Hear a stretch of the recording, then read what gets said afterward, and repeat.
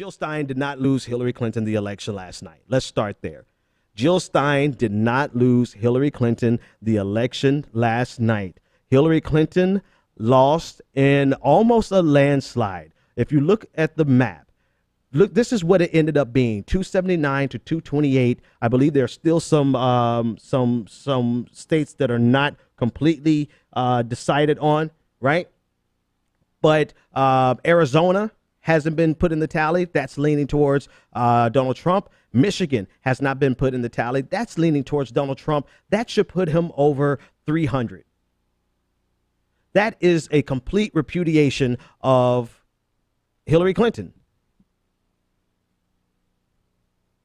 Now, I put that map up there because I need you to see how badly she lost, so that everyone who's telling you that it's the Green Party's problem, it's their fault, it's Jill Stein, it's third-party voters, they're trying to tell you that. No, this is why I know it's not the problem. This is a nice screen grab that I got. Someone did the math for me. Shout out to you on Twitter. I'm sorry I don't have your name handy. I didn't put this together, but someone on Twitter did.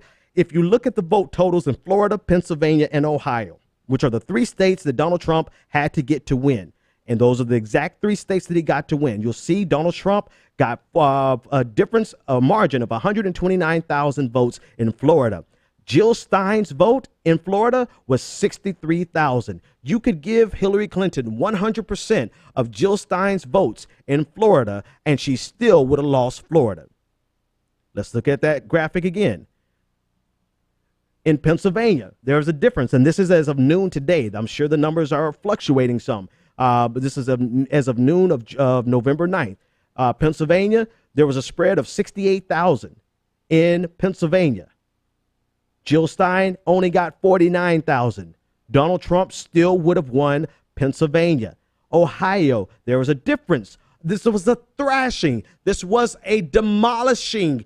This was demolishing. This was devastating.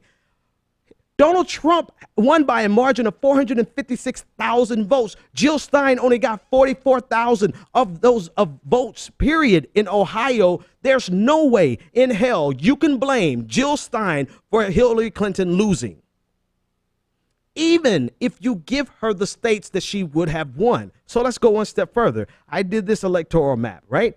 This is what Jill Stein, this is what Hillary Clinton could have gotten if Jill Stein was not in the race. If Jill Stein was not in the race, you see Wisconsin is different. Wisconsin would have gone blue, and Michigan would have gone blue. Right now, Michigan is leaning red, and it looks like it's going to go to Donald Trump. But if Jill Stein had not come into the race at all, Hillary Clinton would have won Wisconsin and Michigan, and everything else plays out like it plays. Florida, Ohio, and Pennsylvania still would have gone to Donald Trump. Donald Trump still would have gotten 276 electoral votes. Donald Trump still would have beat Hillary Clinton if you take Jill Stein 100% out of the equation. Now, I wanted to talk about this later, but this is the appropriate time to talk about it. You have people who are going as far as saying, yes, but if you take out Jill Stein and you take out Gary Johnson, then Hillary Clinton would have won. Well, hell, if we take out Donald Trump, Hillary Clinton could have won. This is from Rachel Maddow, who I have a very special segment on later on. She said in Florida, Hillary Clinton lost by about 1.4% of the vote, but Jill Stein's supporters and half of Gary Johnson backers had voted Democratic. If they did, Trump would have lost the state. In Pennsylvania, Clinton lost by 1.1%, but if all of Jill Stein's supporters and half of Gary Johnson's backers had voted Democratic, Donald Trump would have lost the state. Wisconsin, Donald Trump would have lost the state. Michigan, Donald Trump would have lost the state. Yes, if all the people who did not vote for Hillary Clinton voted for Hillary Clinton, hell, she could be president of the world. It doesn't work like that, Rhodes Scholar, Ivy League, And she knows this, and she's smart enough for this to be like she does this in her sleep. She's what's her name again? Rachel Maddow, 100% knowledgeable of the fact that there is no scenario on earth where Jill Stein, 100% of Jill Stein's supporters, that's like saying, oh, there is no party. There is no such thing as a Green Party. And the Green Party, all of you should absolutely be forced to vote for the Democratic Party, right? F democracy. But there's no scenario in the world where even if Jill Stein wasn't in the race, 100% of her voters would have gone to Hillary Clinton. At best, let's say at best, 75%. 75%, she still loses.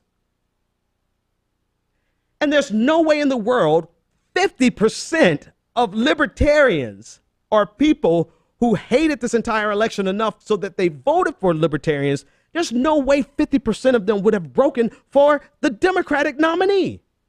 Do you even know what libertarians stand for? Their economic policies are further to the right than Republicans. They essentially want to do away with all income taxes and just give a consumption tax, right? And people are saying, oh, well, if they just voted for the Democratic Party, yeah, because there's really no difference between someone who wants to raise taxes like Hillary Clinton and someone who wants to abolish taxes like Gary Johnson's. They're totally the same. Samesies. And Rachel Maddow knows this, yet she is pandering to this one narrative to try to save her reputation or to have someone to blame this on, instead of looking and saying, you know what? We are responsible for Donald Trump. We gave Donald Trump estimated $3 billion worth of free advertisement during the free media during the primaries. And not only is the media responsible for Donald Trump, Hillary Clinton and the DNC, they are responsible for Donald Trump. But they're looking for anybody and everyone to blame except the people who are the most culpable. And shame on you, Rachel Maddow. You are too smart not to know this. And because of that, I have to conclude that you are not only being disingenuous, but you are trying to delude your followers for the sake of maintaining your career.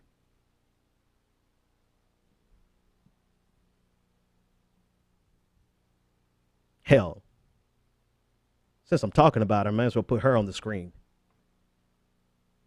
This is, and listen, it's what, no, what's the saying? Hell hath no fury like a woman scorned. Like there's the thin line between love and hate. You know, I used to be a fan of Rachel Maddow. I used to be a fan of Joy Ann Reid, right? Until this election cycle showed otherwise.